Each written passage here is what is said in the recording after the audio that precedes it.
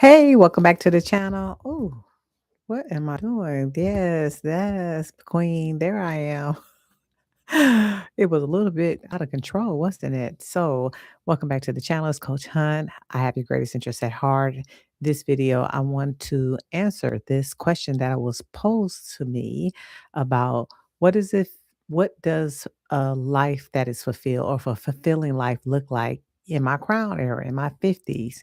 And I want to say in my 60s or 70s or 80s or whatever that is for me. I have my little notes.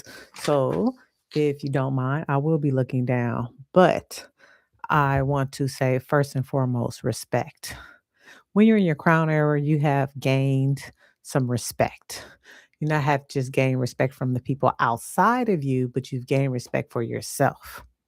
At least when you're a mature crown era, when you're self aware, when you've learned things and you had the wisdom to shift and change and evolve, then when you're in your 50s plus, you have respect for yourself because you've completed many, many, many, many things. I mean, from the smallest task of raising children, owning property, being married, going to college, you accomplished a lot of things and you've kept your word about a lot of things because a lot of people don't make it to this age if they have not respected the world and they have not respected themselves. I mean, they could be incarcerated or something like that, but we're not talking about that. And if you are incarcerated and you're watching this video, hello, I still love you. And I know that you are wanting more for yourself in this life besides being where you are. I don't know why that just came up, but hey, I got you. Being having self-respect and being self-aware of what those things are around you is a fulfilling life. For me, I'll give you an example. When I know that I have 100% self respect, is because I make a decision, I own that decision, and regardless of what the outcome of that decision is, I'm going to take my full responsibility and I'm going to either learn from it or I'm going to lean into something else. I have the discernment and utilizing my intuition now to just not care about anything per se, having a whole bunch of worries. And if I do worry, then I really cut it out quickly as possible.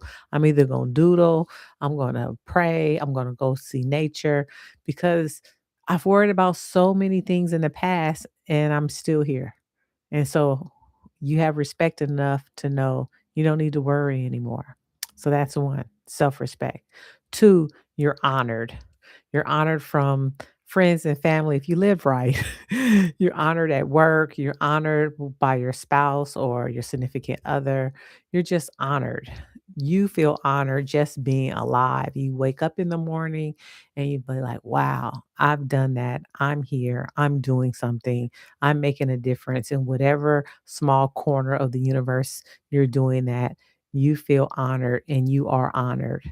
I mean, I have so many certificates and different awards and thank you letters and notes from clients and even emails. I have letters. Some letters I kept, some I didn't, but in the past, before there was a bunch of emails, people used to write me thank you notes and letters because they were so grateful about either the coaching or just their experience with me. And yeah, being honored. That's when I know I'm living a fulfilled life in my 50s.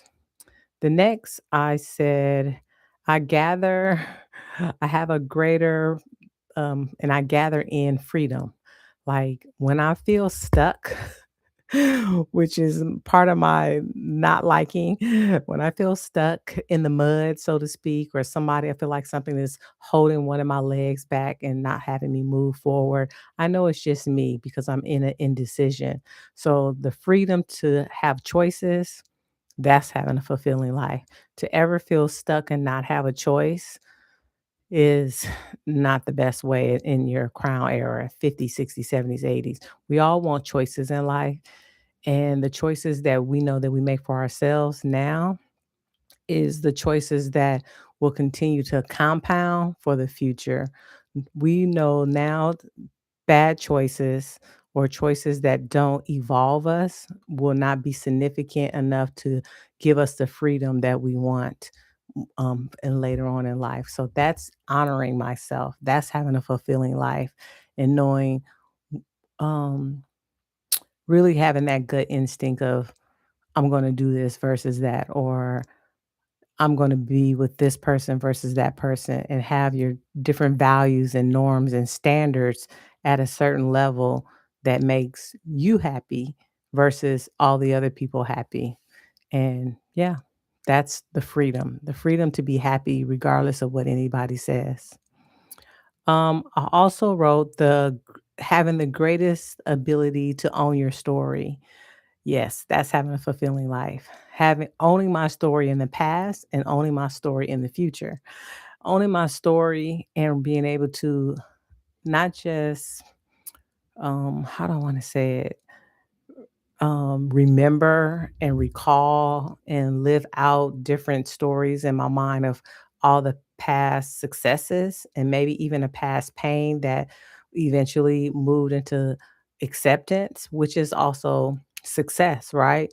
I'm not living in a past of pain. Transmuted that or transformed that or healed that, whatever you want to call it. And now I'm able to be into my body and my person as I am today and see my story different for tomorrow.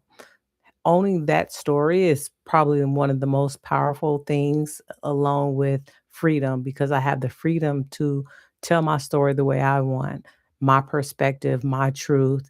And now with all the different ways that we can do it, we can write our own books. We can have a Substack. My Substack is in the description. Feel free to go ahead and follow me there on Substack.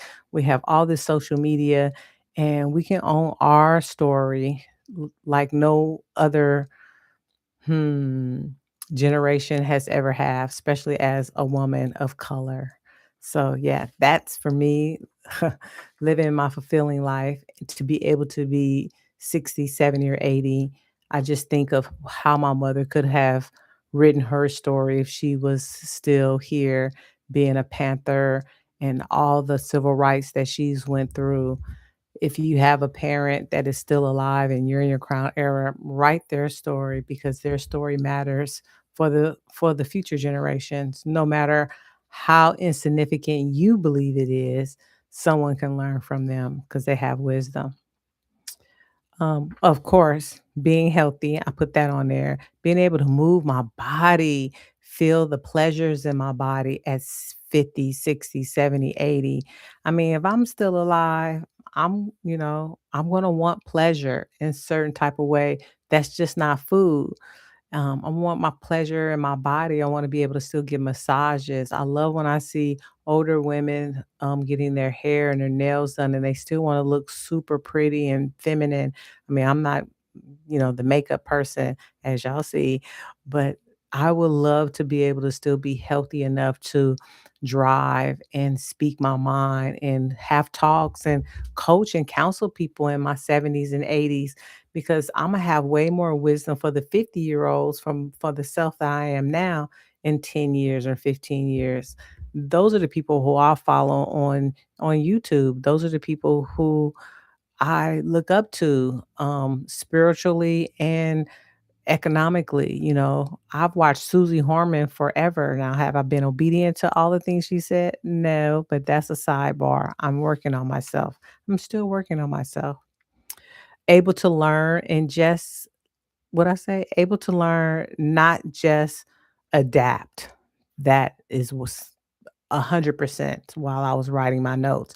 I don't wanna just adapt to new situations when I'm in when it's 2030, 2040, in the next 20 years. I wanna be able to learn and utilize the new technologies, AI, the AI plus, whatever they're gonna call it next, having a robot or some kind of things going on into my house, using Alexa and all that other stuff, and being confident in it without being scared of it or having some fearful, nonsense going through my mind. So I want to learn and just continue to evolve as this world evolves. And I think that is having a fulfilling life, just moving with society. Then I wrote surrounded by love, having love for myself, of course, and having someone, a community that loves me. Even if that community is one person, that's still community. I personally believe we all need some other physical person in this on this earth in this form to be able to have a conversation with. Yes, God is wonderful, divine love is wonderful, but we do still need some inner contact, inner touch, hugs, kisses, romantic or non-romantic. It's very important, and that's something that I know that that is a part of fulfilling life, whether it be your children, a romantic partner, your BFF, whomever, a coworker, a nurse, anybody that is willing to be in your community is so fulfilling. No one wants to be alone. There's a difference between being lonely and alone. Nobody needs to be alone. The next thing I put was, oh, that our values and our norms really change at different stages of our lives. You know, my norms and values changed from when I was in my 20s, when I was a single mother, when I was married, when I was back a single parent with two children instead of just one.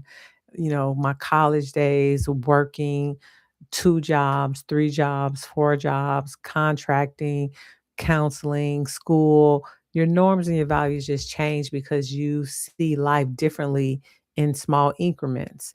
And I've always saw my life in the future 3 to 5 years, and I've never really saw myself in my 70s. And I just have to be honest about that. My best friend knows that. I always say I'll be dead by then. That was she be like, quit. Oh, quit saying that. But if I am alive, then I know that God has a purpose for me more so than what I'm doing now. And I need to be here for that value, and I will continue to be here for that value. So understanding your norms and values is part of your fulfilling life. See your future and what you're doing, visualizing that, and setting up milestones for yourself so you can continue to collect memories and experiences because this is our playground. And if we're here, we need to play, we need to learn, we need to go ahead and just thrive and not survive, learn and not adapt and experience life as much as we can. Yeah. So that's how I see. Oh, and the last one is yes, definitely having priorities too. What do you want those upper years to look like? Do you want to live alone? Do you want to be in a community? Do you want to be in one of those retirement places? Like, have those goals ahead of you. What does retirement, quote unquote, really look like? Do you even really want to retire? I see women and men in their 60s and 70s going to the gym, working, doing something, even if it's working in their garden and creating salsa is one of my somebody I know, he's like in his 70s and he's has his own business. He does salsa once a year and it's great salsa. He does this all these recipes. It may be something that you want to do. You may want to sew or crochet or make pottery or jewelry, whatever that is. Have some type of priorities that you know is coming up and what you want to do so you can just continue to learn and stay alive. So, yeah, that's it. That's all, you guys. If you have any questions or you want some clarity about what fulfillment is for you, put it in the comments. I love to have a conversation with you.